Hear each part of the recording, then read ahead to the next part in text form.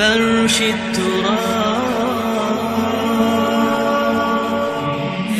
التراب يضمني وهو غطاء.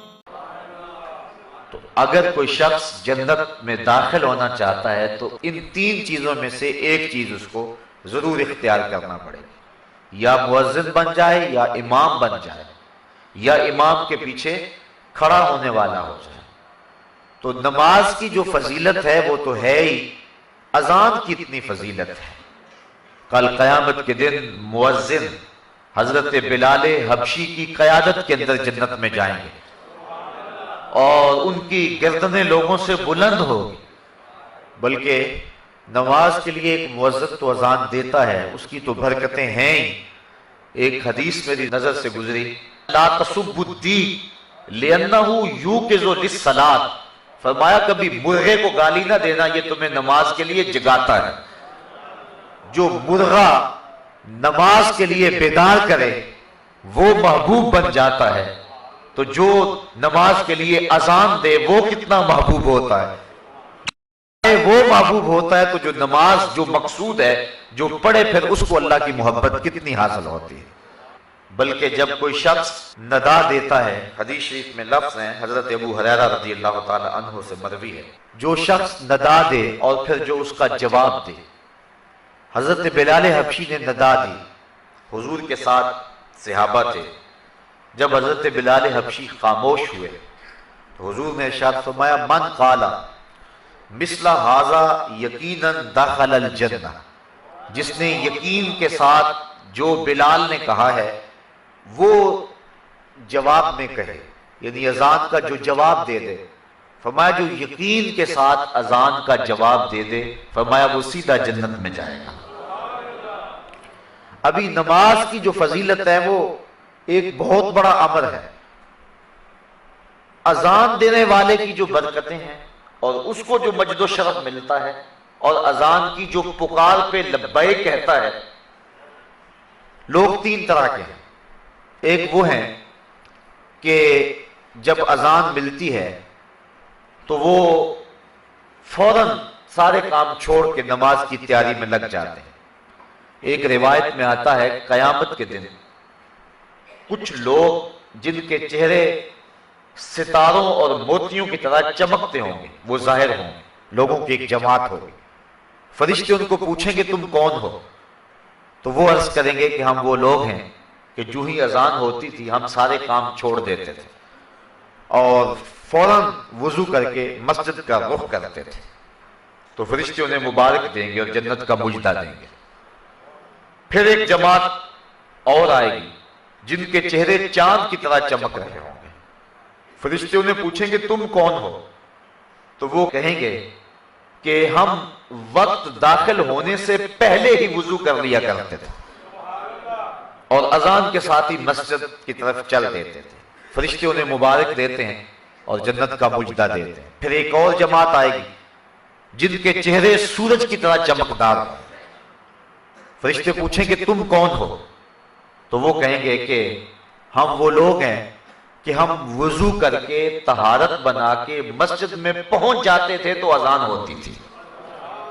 یعنی ہم اذان مسجد میں ہی سنتے تھے. حضرت سعید بن المسیب رضی اللہ تعالی عنہ جلیل القدر تابعی، آنکھوں سے نابینے تھے لیکن جو روشنی دل میں تھی، جو بینا ہیں ان کے پاس بھی وہ اجالے کہاں ہو سکتے ہیں جو حضرت سعید بن المسیب کے پاس تھے. اللہ اکبر. کہتے ہیں 40 سال تک حضرت سعید بن المسیب نے جو ہے وہ تکبیر اولا بھی قضا نہیں ہونے دی. اسی وجہ سے ان کا نام پڑ گیا تھا حمامت المسجد، مسجد کا کبوتر. یعنی جس طرح کبوتر ہیں مسجدوں کے اندر رہتے ہیں تو حضرت سعید بن المسیب کا یہ نام پڑ گیا تھا. حالانکہ وہ آنکھوں سے نابینے تھے لیکن انہوں نے مسجد کی حاضری کا اس طرح التزام کیا کہ ان کا نام ہی حمامت المسجد پڑ گیا تھا. بلکہ جب یزید نے مدینے کو اجاڑا ایام حرہ میں، جب اس نے 3 دن تک اہل مدینہ کو سخت پریشان رکھا اور اس کے گھوڑے مسجد نبوی کے اندر باندھے گئے، اس وقت جو بھی پکڑا جاتا اس کو قتل کر دیا جاتا. تو حضرت سعید ابن المسیب ان ایام کے اندر بھی مسجد میں رہے. فرماتے ہیں کہ لیکن میں پریشان تھا کہ ظہر کا وقت ہوگا کون بتائے گا, مغرب عشاء کا وقت ہوگا کون بتائے گا. 3 دن تک مسجد نبوی میں نہ اذان ہوئی نہ اقامت ہوئی. یہ بڑے خطرناک دن آئے ہیں. اور یہ یزید بدبخت نے جس طرح کربلا میں ظلم کیا, اس نے مکہ المکرمہ میں بھی ظلم کیا اور اس نے مدینہ رسول میں بھی ظلم کیا. اور 3 دن تک مسجد نبوی میں اس کے ظلم کی وجہ سے اذان اور اقامت نہیں ہوئی. حضرت سعید ابن المسیب آنکھوں سے نابینے تھے, اور جب بھی کوئی یزید کے فوجی آتے تو نابینا سمجھ کے چھوڑ جاتے. فرماتے ہیں میں پریشان تھا کہ مجھے نمازوں کے وقت کا کون بتائے گا. اس مشکل وقت میں انہیں یہ پریشانی لاحق تھی کہ کہیں نماز کا وقت نہ گزر جائے. تو کہتے میں حضور کے روضے کے پاس بیٹھا تھا. فلم ازل اسمع الاذان والاقامۃ من قبر رسول اللہ صلی اللہ علیہ وسلم. اور میں جب بھی پھر نماز کا وقت آیا, گنبد خضرا سے اذان کی آواز بھی آئی اور اقامت کی آواز بھی آئی. تو جو شخص اہتمام کریں کہ ہم نے تکبیر اولا کو قضا نہیں کرنا ہے, ان کے لیے پھر اللہ یوں بھی اہتمام فرما دیتا ہے. ان حالات میں بھی ان کی تکبیر اولا قضا نہیں ہوئی اور 3 دن تک گنبد خضرا کے مکین کے ساتھ مل کے نمازیں پڑھتے رہے. یہ حضرت سعید بن المسیب رضی اللہ تعالی عنہ کا اعزاز ہے, یہ ان کی تکریم ہے, یہ ان کی عزت افزائی ہے. اللہ اکبر. حضور فرمایا کچھ لوگ مسجدوں کی میخیں ہوتی ہیں, جس طرح کیل ٹھکا ہوتا ہے وہ مسجدوں میں یوں وابستہ ہوتے ہیں, اور اگر کسی وجہ سے وہ مسجد کی حاضری سے قاصر ہو, بیماری کی وجہ سے اگر وہ مسجد میں نہیں آ رہے, اللہ کے فرشتے ان کا حال پوچھنے کے لیے جاتے ہیں. یہ ان کا اعزاز ہے, یہ ان کی تکریم ہے. بلکہ فرمایا سبعۃ یظلھم اللہ تعالی فی ظلہ یوم لا ظل الا ظلہ, امام عادل وشاب نشا فی عبادت اللہ ورجل قلبہ معلق بالمساجد ورجل دعته امرأة ذات منصب وجمال فقال انی اخاف اللہ ورجلان تحابا فی اللہ اجتمع علیہ وتفرقا الیہ ورجل تصدق بصدقۃ فاخفاها حتى لا تعلم شماله ما تنفق يمينه ورجل ذکر اللہ خالیا ففاضت عیناہ.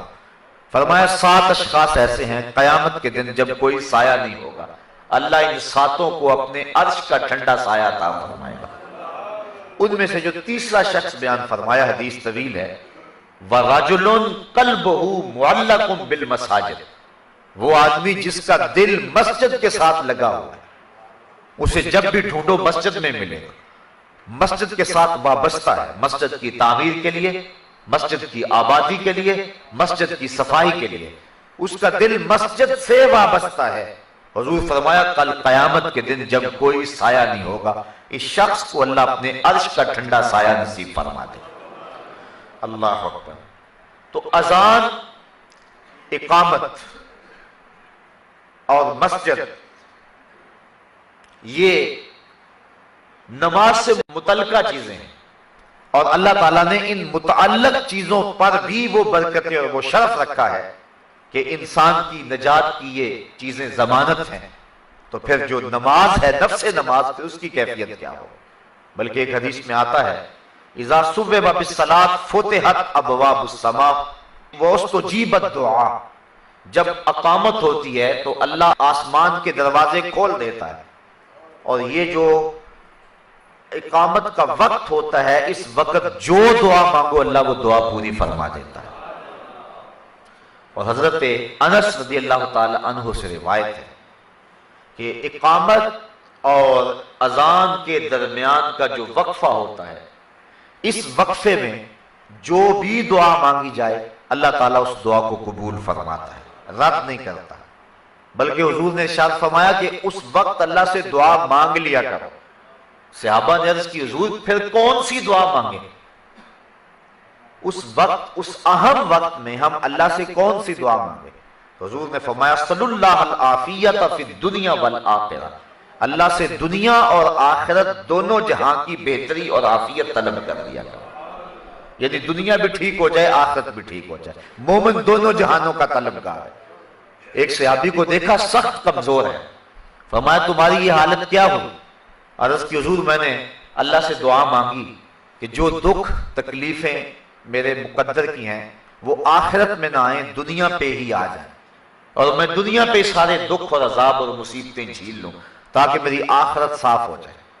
بظاہر یہ بڑی ایک ایسی بات تھی جس پہ داد دی جاتی کہ اس نے آخرت کو اختیار کیا، لیکن حضور اس بات پر خوش نہیں ہوئے۔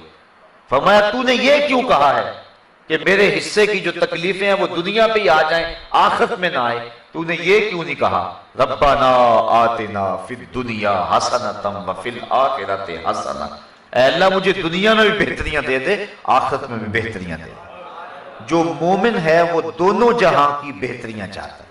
یہ نہیں ہے کہ دنیا کے اوپر پستے رہیں، ہم دنیا کے اوپر پسنے کے لیے نہیں آئے۔ امت مسلمہ دنیا آخرت دونوں کی طالب اور دونوں کی چاہنے والی، اور اللہ کے خزانے بڑے وسیع ہیں، اس لیے جب اس سے مانگو تو کھل کے مانگو، تم اپنے دامن کو تنگ پاؤ گے، اس کے خزانوں میں کمی نہیں ہے۔ اس لیے اپنے لیے بھی مانگو، اوروں کے لیے بھی مانگو، دنیا بھی مانگو، دین بھی مانگو، آخرت بھی مانگو۔ تو عرض کی کہ حضور اذان اور اقامت کے درمیان اللہ سے کیا مانگے؟ تو فرمایا صلی اللہ العافیت فی الدنیا والآخرہ، اللہ سے دنیا اور آخرت کی عافیت طلب کرو۔ تو یہ قبولیت کے لمحے ہیں جو دعا کی جائے اللہ اس دعا کو مستجاب فرماتا ہے۔ بلکہ نماز تو آگے آتی ہے، جب انسان وضو کے لیے اپنے چلو میں پانی لیتا ہے تو اللہ تعالیٰ اس کے چلو میں پانی لیتے ہی اس کے گناہوں کو معاف فرما دیتا ہے۔ حضرت عثمان بن عفان رضی اللہ تعالی عنہ، آپ ایک جگہ تشریف لائے اور آپ نے پانی منگوایا، پھر اس کے بعد آپ نے وضو کیا، اور وضو کرتے کرتے آپ مسکرانے لگے۔ جو لوگ پاس کھڑے تھے حضرت عثمان ابن عفان انہیں کہنے لگے کہ تم نے مجھے پوچھا نہیں کہ میں مسکرایا کیوں ہوں؟ لوگوں نے کہا اچھا آپ بتائیں کہ آپ کیوں مسکرائے ہیں؟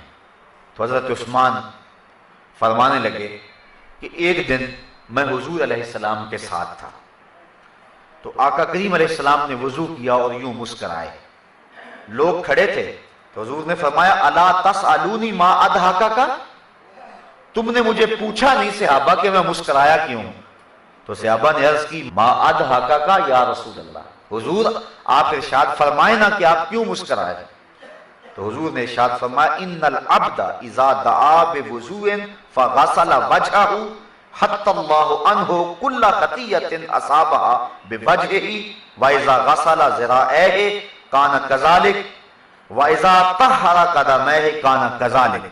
فرمایا جب کوئی شخص وضو کے لیے پانی منگواتا ہے اور پانی منگوا کے اپنے چہرے کو دھوتا ہے، اللہ ہر خطا کو چہرے سے دور کر دیتا ہے، اور اسی طرح جب وہ اپنے بازو دھوتا ہے تو ہاتھوں کے سارے گناہ اللہ تعالیٰ دھو ڈالتا ہے، اور اسی طرح جب وہ اپنے پاؤں کو دھوتا ہے تو اللہ تعالیٰ جل شانہ پاؤں کے سارے گناہوں کو دھو ڈالتا ہے۔